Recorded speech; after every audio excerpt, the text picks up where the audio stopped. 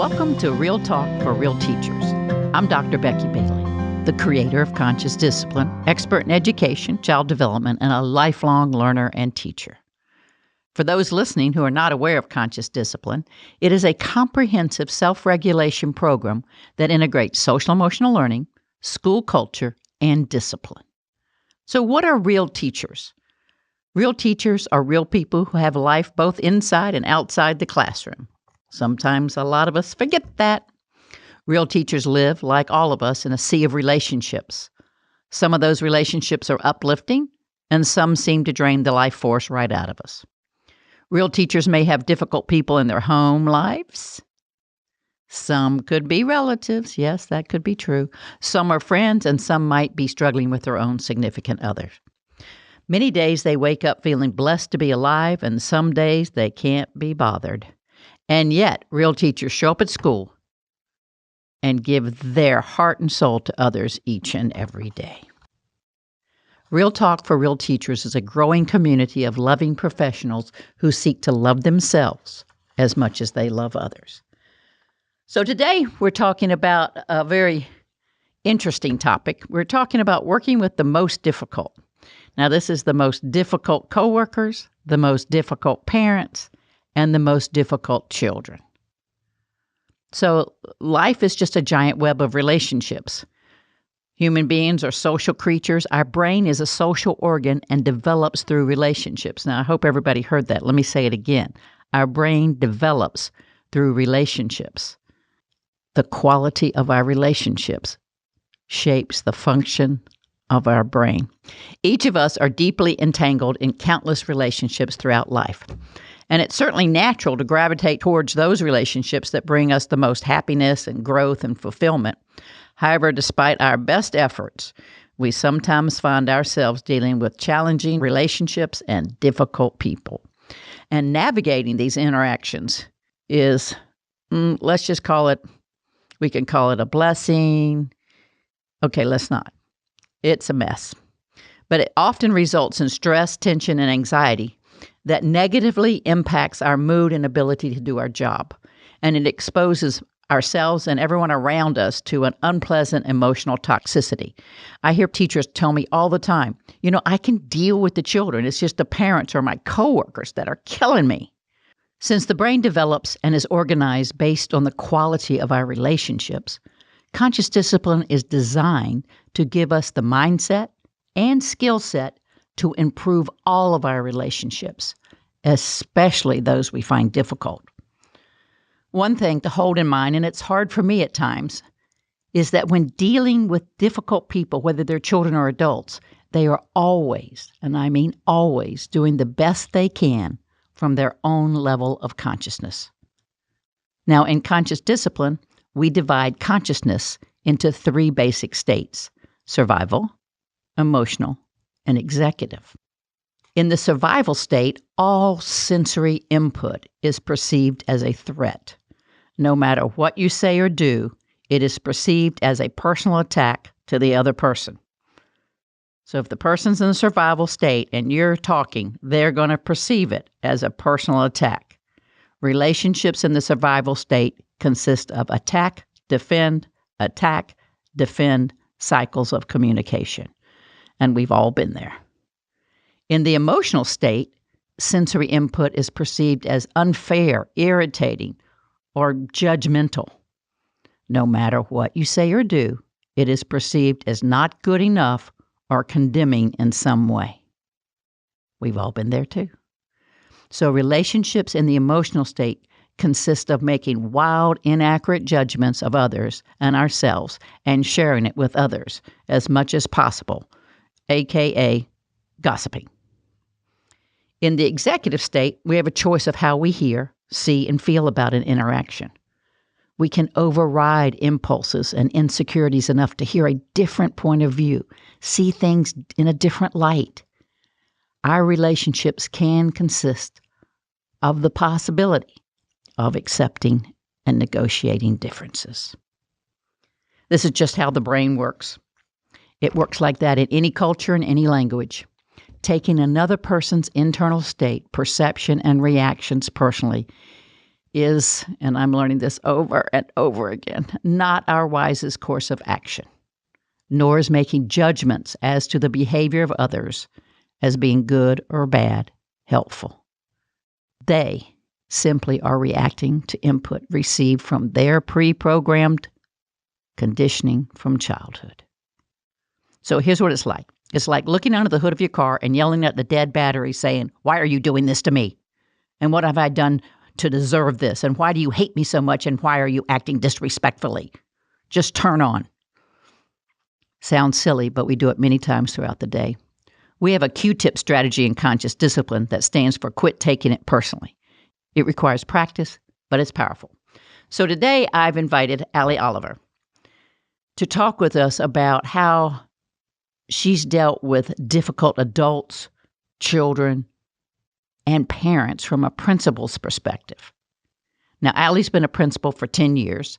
She was named the LULAC Principal of the Year and has transformed 2 schools using conscious discipline into star schools. She now serves as the Director of Professional Development for Conscious Discipline, helping others achieve the same phenomenal results in school climate and academics she and her teams achieved repeatedly in the past. All right, Allie, welcome to Real Talk with Real Teachers. Hi, Becky. I'm glad to be here. Okay, so you got all the gist of the first part. So have you, and I'm sure you have as a principal, dealt with difficult parents? It's funny when I was thinking about this topic, difficult parents, difficult teachers, difficult kids. Actually, it's all the same thing. It doesn't matter if you're a parent, a child, or a teacher. I think that the difficulty just looks a little different, but it comes the same way. Of course, I've dealt with this over the last 10 years. So let's take some of your more difficult cases, and I want you to kind of tell us the story and what stepped you through. How did they come out? Ones that came out successful and one that kind of blew up in your face. How did it work for you? How did you do this? How do you interact with these parents and teachers every day with their complaining, their frustrations, their, I hate to say it, whining? Well, actually, I think that the more I grew in conscious discipline, the better I got.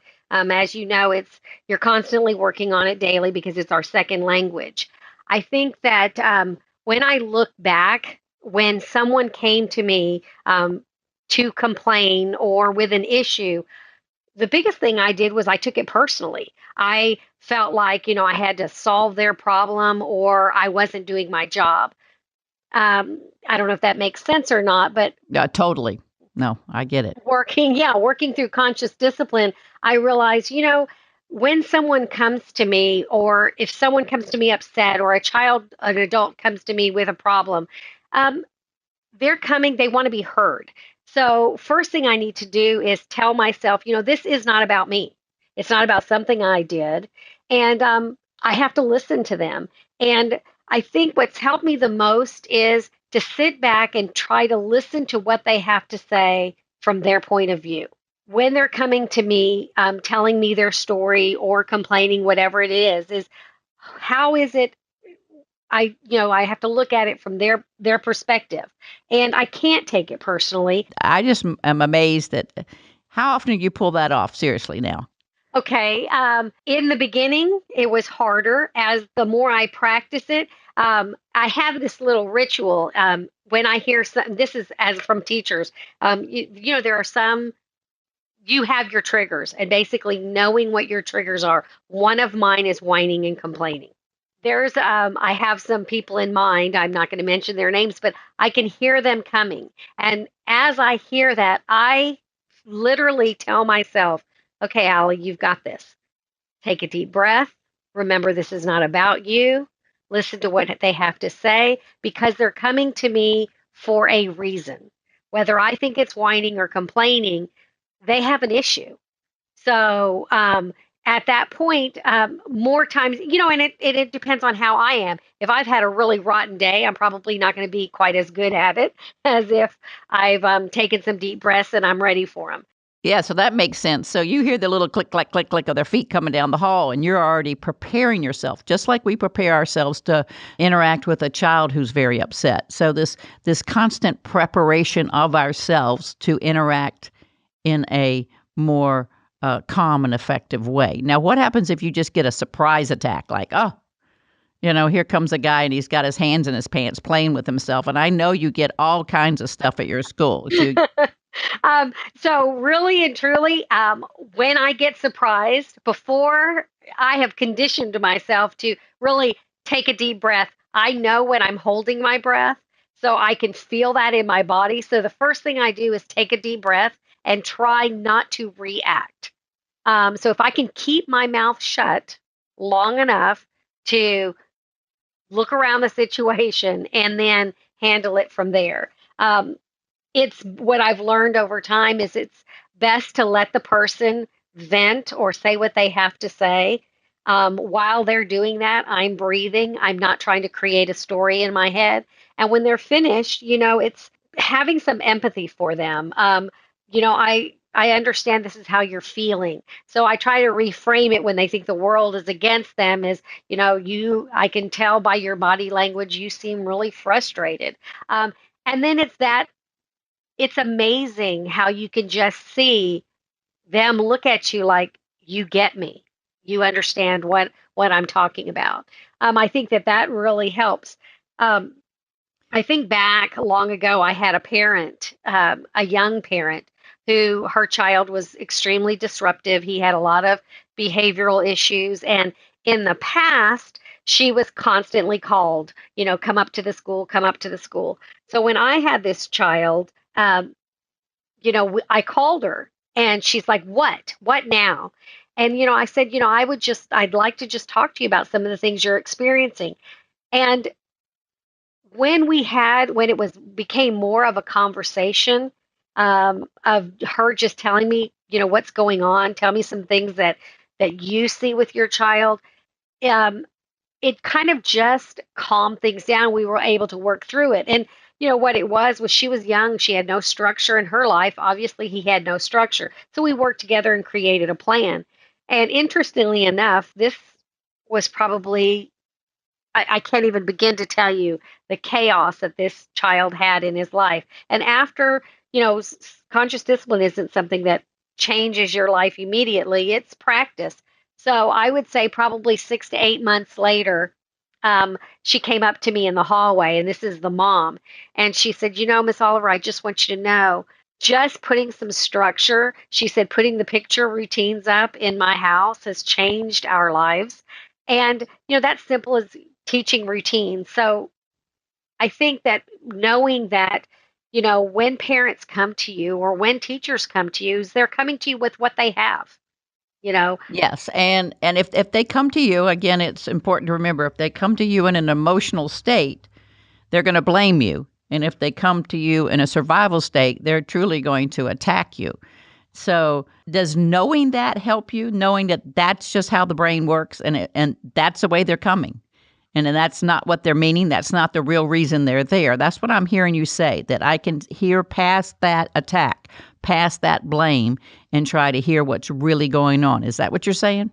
Absolutely. And I would say 9 times out of 10, when a parent is walking into your office or a teacher is walking into your office with a concern, they are either in their survival state or their emotional state. Rarely have I had someone come in and say, Miss Oliver, let's sit down and problem solve this. So knowing that ahead of time and how to listen to them and take that conversation to that next level makes all the difference in the world.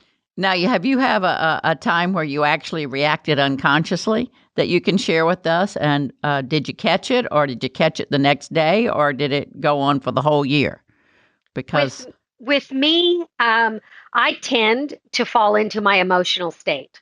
So I know that about myself, but it's usually through and I want to say probably through email conversations. I get all wrapped up in the conversation and I feel like there's nothing I can do for this person. I've done this, I've done this, I've done this. So then when I respond, it's try not to hit that send button, but I have hit it before. And then I just want to go back and say, ah, why did I hit send? Because it's not about me. So let's shift now, Allie, to the children. So, and you've been doing conscious discipline, and part of conscious discipline is the beauty of it is it trickles down and it shares amongst each other. So, what have you seen with your most difficult kids, or how has it helped them, or how are you approaching them in a way that they can be successful? Oh, this is what's so amazing. I believe the children pick it up so much easier than we as adults do. It becomes their first language. One of the stories that always come to mind is, and I'm going to use the name Michael as the child's name. I heard this screaming and yelling in the hallway. As an administrator, I ran down the hall into the classroom. And when I walked in, the kids were all kind of standing around the room, and there was a little girl and standing kind of by the doorway. And when I walked in, she grabs my pant leg, and before I could say anything, she looked at me, and these are the words that just so stick in my mind. Is she said to me, she said, "Michael is having a really hard day." She said, "So breathe." And I looked at her because I was really surprised that she said, "Breathe." And I said, "Oh." So I started breathing. And I looked in the center, and Michael had thrown these math little foam tabs all over the floor. There were hundreds of them. And he was kicking and screaming. About then, he jumped up and he starts yelling at the top of his lungs, "Don't breathe, don't breathe." And she looks at me with big eyes and she says, "It's working. Keep breathing. He's shifted." And so that told me right there that just listening to her teacher, watching us as adults in the building, she knew exactly the different brain states, and she was 6 years old. I love that. I love that story. So he'd gone from the survival up to the emotional and was using his mouth. I love it. Don't stop now. We're almost there. We're almost It's there. And then the kids brilliant. all came in. The kids came in, and one of them steps up and says, "You're frustrated, I can tell. How can we help you?" And his idea of solving the problem may not have been one that we would have used. He said, "I'll hold this bucket if y'all put all the counters in the bucket." And the kids are 6. They all said, "Yeah, we could do it." And in a few minutes, everything was picked up. He walked back to the circle group. He sat down, and the other kids walked by him, patted him on the back, and said, "You've got this, Michael. You've got this." Wow.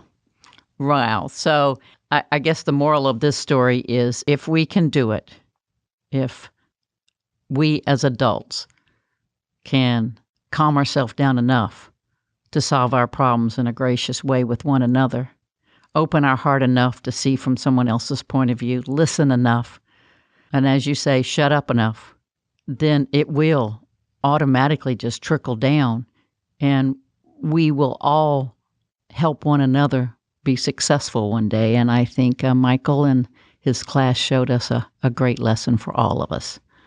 So often, Allie, I hear teachers say, I can do conscious discipline with children. I just can't do it with adults. And what I'm hearing you say is that your successes come from doing conscious discipline with adults. Is that what you're saying? Absolutely.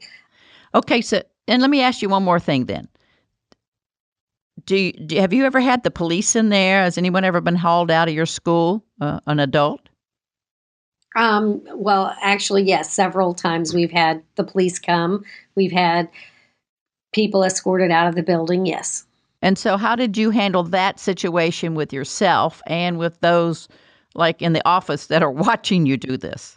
I think that with being aware of my inner speech is and trying to remain calm. So, I mean, the biggest thing for me is taking deep breaths, regulating myself, and being calm in situations. The more I get excited, and when I get excited, I start talking. And I try to explain so that I can now feel myself doing that. So that's when I look around and I can see just people start tensing up when I get excited. So if I can just take some deep breaths at that moment, I can physically see others start taking deep breaths and calming down too. So you've been able to over the time of your practice with conscious discipline, you've learned to notice your own inner states. You've learned to notice even how they manifest in anxiety, like kind of rapid talking and talking and talking. And you've been able to notice the impact of that on those around you. That's quite a journey. Absolutely. And so, as a leader implementing conscious discipline, what's helped the most is actually we started implementing it with our adults first. So, the behaviors that I was expecting and wanting to see out of the adults in the building, or actually from the kids in the building, we all needed to practice together. And the best way to do that is to model it. So if as an adult I'm modeling that behavior when we're rolling out the different structures, when we're practicing the skill of composure, we do it with the adults in the building. We model it, we show how it's done, then you see it just moving throughout the building, and the kids start doing it too. So it's a trickle down. So what would you do? Let's say you have two teachers fighting. I'm sure you've come up with that, or a clump or a clique forming, or some being left out. So how do you go about that? Let's say that two teachers are very intensely mad at each other, and they both come to you complaining about the other. What would you do in that situation? So I've not ever had to walk in and find two verbally fighting with each other. Usually it's the one coming to me to complain about this one and the other one coming back to complain. And so in this situation, first I listen. I listen to both of them separately. And then I tell them, this is something that both of you have to work out together. So I offer that, we reframe it, we look at the situation, and often enough, it's better if I'm in the conversation with them, not as someone to say anything, just someone to be there in case it gets out of hand. But I think bringing them together to look at each other, and it's almost, in conscious discipline, we have the conflict resolution mat. Well, it's conflict resolution without the mat. So we have an agreement. They have to come in. They both have to sit down, and everyone makes agreements during this meeting that, we're going to let each person talk and be heard. And then we're going to ask clarifying questions. So this is a practice that we kind of do to help them both be able to say what they need to say. So in essence, you're using, like the time machine, or like you said, the conflict resolution mat. So you're taking the same process, like you said at the beginning, that you said pretty profoundly from the get-go. I do the same with the teachers, the parents, and the children. And I can see that process, just like we ask two children to come together to solve their problem. We're there to coach them. We're there to mentor them. We're there to provide some level of boundaries and safety. But we bring those two kids to solve their problem. So you're doing the exact same thing with the adults. Now, did you ever question this? Did you ever think, oh, I know we need to start with the adults, but that language sounds funny to me, or I couldn't say that to an adult, or, oh heavens, can't we just talk about each other in the bathroom or something? Can't we just keep it simple here? What I found, actually bringing everyone together to talk about it really nips the gossip. So it's not just teaching, it teaches others. If someone comes to you and says, did you hear about so-and-so? That person has to be able to say, you sound like you're frustrated. Have you gone to talk to them? So by me modeling how to do this without sharing gossip, bringing the two people together, helps others to say, you know what, we've got to stop the gossip somewhere. So are you going to be the person to keep the gossip going, or are you going to be the person to stay, sounds like you're frustrated? You should go talk to that person. Would you like me to go with you? So by me doing that, the teachers start doing that too. Does that make sense? That makes complete sense. And we've always said, and certainly you're the leader of this in our professional development program, telling each school, you start with the adults first. You start with the adults first. And I'm thinking that as I'm hearing you talk, it's making a deeper sense to me what you mean with starting with the adults first. So we start with our own upset, then we start with facilitating and coaching the upset of other adults. And as we interact with each other in a different manner, the kids are just watching and learning. Right. And just like you can tell a conscious discipline school and a conscious discipline classroom versus those that are not. Because just like the classroom, the school building is my classroom. And, you have difficult teachers just as you have difficult kids. But if you perceive that person as difficult, if you're saying he's going to complain, oh, he's always gossiping, oh, he's this, then everyone else is going to feel that too. So I look at all the teachers in my building as, they're on their journey. So they're practicing their skills. They're learning also, not as someone that's trying to be difficult, because we want to look at them as, oh, they need some help with their skills, not as right. And just like the kids, translates the same way as, when you walk into a classroom and somebody goes, oh, Michael did this, oh, Michael did that, Michael's bad. Well, it could be the same way with adults too, if you as the leader or the administrative team is not looking at teaching skills and helping and coaching teachers as as them being just difficult. Right. So what you're saying is that you, as the leader, and this would also be all the administrative team, and I'm assuming a CDAT team. The CDAT team's job is just like the teacher in the classroom. If you have challenging moments or what's historically perceived as difficult people, we're going to see them as calling for help and missing a skill. So we're going to put on our curiosity hat, just like we do with kids, and try to figure out what skill they're missing, what help they need. And of course, none of this works unless you have that connected sense of a faculty family, because otherwise they're just going to go, get a life, I don't need help. So you must have started at some point connecting all the people first, and then you could use these tools within that faculty family. Is that correct? Absolutely. And this really came to light when I moved into a new building. I'd been at my old building for a long time, and the staff had been the same.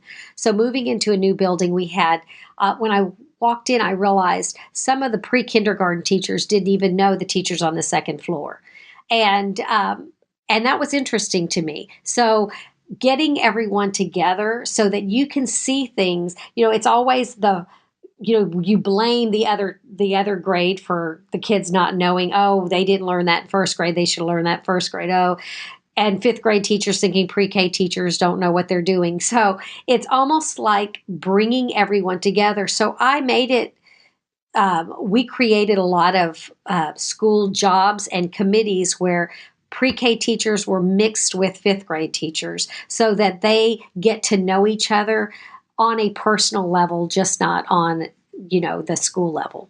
Excellent. So now let's go through for all those listening these steps for tomorrow. So what would you say first off? Steps for tomorrow. I'm talking to administrators out there. I'm talking to teachers, actually, and you're talking to CDAT teams, which are the conscious discipline action teams at many schools who are charged with this coaching, mentoring, leadership role. So what are the steps for tomorrow? We've got challenging behaviors, not just with kids. We've got challenging behaviors with parents. We've got challenging behaviors with teachers. So we've got to model this top down. Go. So I think the first thing that you need to do is create a way for connection in your building. Because when everyone is connected, when they feel like they're part of the school, building these relationships, everyone is more likely to get along. They're more likely to listen to each other when they all have ownership and have a relationship. So the first thing I'd say is find ways to create these brain smart starts, create community and relationships in your building. Got it. Okay, that's number one, kind of a shared power building of relationships. Okay, next. The next thing is to prepare yourself. So learn about yourself. Know what your triggers are. When you get upset, what is it that you tend to do? Do you tend to lash out? Are you emotional? You'll see that if you start really reflecting, it's the same pattern that comes up. So know what your triggers are and prepare yourself. When you hear those steps down the hall, you get that phone call, take some deep breaths and be ready to handle whatever situation is coming your way. And I think the third thing too is see from the other person's point of view. It's not about you. And know that the person that's coming to you, whether they're complaining, whether they're upset, they're coming for a reason. So if you can take the "it's all about me" out of it and just listen to them and look at it from their point of view, it gives you a whole different perspective. It certainly does. And I think those are excellent steps 1, 2, and 3. And I'm just going to add to that, which and build on it, is being able to see from someone else's point of view means we need to take a defenseless stance. We have to say, I don't have to be right in this situation. I just have to listen. And whatever they're saying, I don't have to agree with. I don't have to defend against. It's just them sharing old strategies from when they were little of how to get their needs met. I remember, you look at my grandchildren and, each one of them has a different little strategy set to get what they want. And if you don't upgrade that strategy set, you can still use it even if you're 60 or 65 or 48. You go into the principal and you start the whining act or the complaining act, or it's the same act we've been doing since we were 3 and 4. And that's what happens when we get into those lower centers of our brain. And the last one I want to add for those listening is let's use this to evolve ourselves. Let's take those people that surround us and the behaviors we're seeing out there and say, I'm seeing a kind of a challenging person at work. I have a challenging person at home. I went to the grocery store and there's another. And it's like they're everywhere. So an evolutionary perspective says that my outer world, the one I'm seeing out there, reflects my inner world. And if we can see those out there that are a little bit irritating or frustrating or are difficult for us on the outside, it could be a conflict that we're carrying on the inside. So the last thing I want to leave everyone with is possibly the outer world is reflecting your inner world. And just like we can't really see ourselves in a mirror, this is showing us what's on the inside. And then we go in, reflect like Allie said, find out some of the struggles within, and realize just how precious we are. And once we remember that we're valuable and lovable and whole and complete, the world on the outside starts to change too. So I want to thank you, Allie, so much for being with us for Real Talk for Real Teachers and all those steps that are going to help so many people, and for all you do here at Conscious Discipline. And thank you for joining our team and all you've done for kids. Thank you, Allie. Thank you, Becky. Okay, and for all those listening, until next time, I wish you well.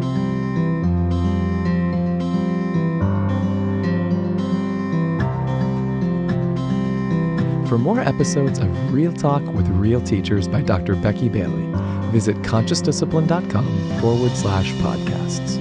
You can also subscribe to this podcast on iTunes, Stitcher, or your favorite podcast app.